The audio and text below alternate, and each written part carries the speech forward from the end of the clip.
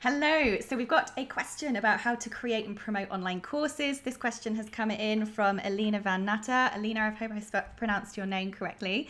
And the question is, how do I validate whether or not my course will sell? This is a fantastic question because there is no point putting all your love and energy into creating an online course if you haven't done any market demand testing. You don't want to put something out there that no one's going to buy. And one of the interesting things that happens with the market is that you make a course for what they need, but they only buy what they want. So what you actually have to do is find out what they want, sell them what they want, but actually give them what they need. Now that sounds like a little bit of a crazy marketing riddle, but stick with me. Now there's a couple of different ways that you can test the market. And I do go into that in much more detail in other places. But just to give you some real starting points, for those of you who are just starting out, my tip number one would be, first of all, don't go running off into creating your Big Mama program the first time you create an online course. You've got a bit of learning to do, and you can just get yourself into complete overwhelm if you try and create something really big to begin with. What I'd encourage you to do, first of all, is do a lead magnet course, or what I call a lead magnet or mini course. Now that can really simply be your top 10 tips in whatever your topic is. And that will really help you overcome the overwhelm and learn this process of online course creation with something a bit more smaller and manageable, with less skin in the game. And you use that lead magnet mini course to get students into your system, get feedback, find out what their questions are. They will say things like, in video 2, tip 2, you gave us this amazing tip, but how do I apply it in this situation? Or, in video 3, you gave us this tip. Do you have a template for that?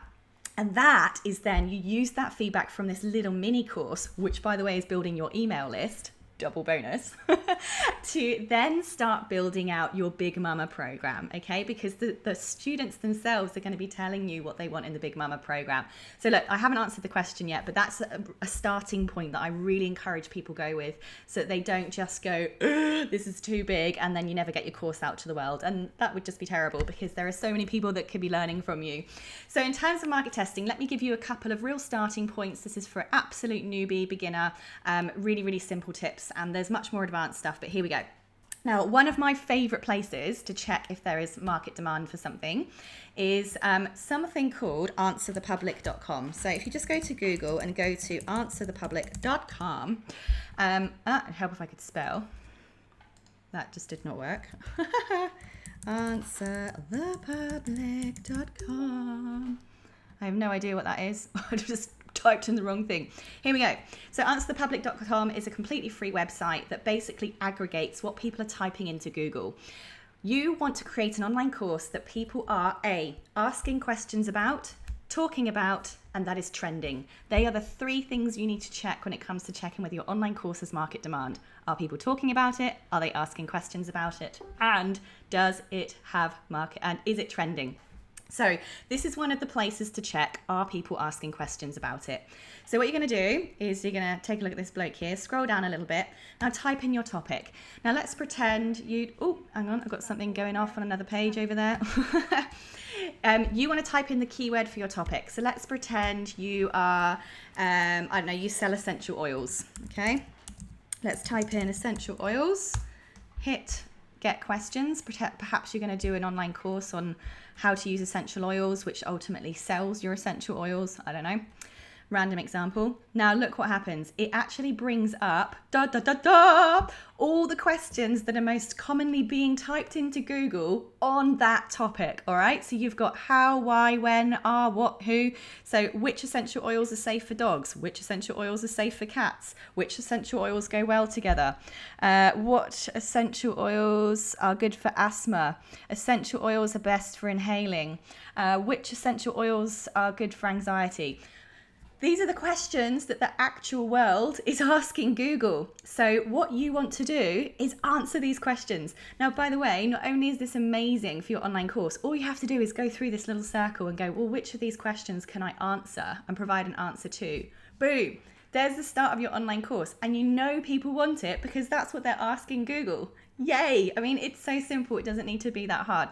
So there is one way. You can also use this to write blog articles, to write books, to do YouTube videos on, to do live streams on, This is what the audience are asking. These are the actual questions that are going into Google. So this is a fantastic way to find out, are people asking questions about it?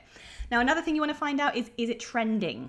Is it trending or not? There's no point creating a course in a topic that is trending downwards. So you go to your friend, googletrends.com. All right, Google Trends, literally go to Google and type in Google Trends. This is a completely free tool from Google, and it tells you what information is being typed into Google over a period of time and whether that search term is going up or going down. It's really, really simple. So let's go with the essential oils thing again, okay? Essential oils, boom, let's do a search. Now what you want to do is you want to change the time to all of time, 2004 to present. That's the longest period of time at the moment that it can do. Whoa! Now what this shows is the search term is just going upwards. So if you're going to create an online course on using essential oils, because this trend, the amount of people typing the word essential oils into Google is just gone upwards, ding, that is a great sign that you have high market demand. So anything trending upwards, ding, high market demand. If you have something trending downwards, whack, whack. Go back and change your search terms, go and find out what other words your market are using and check that instead.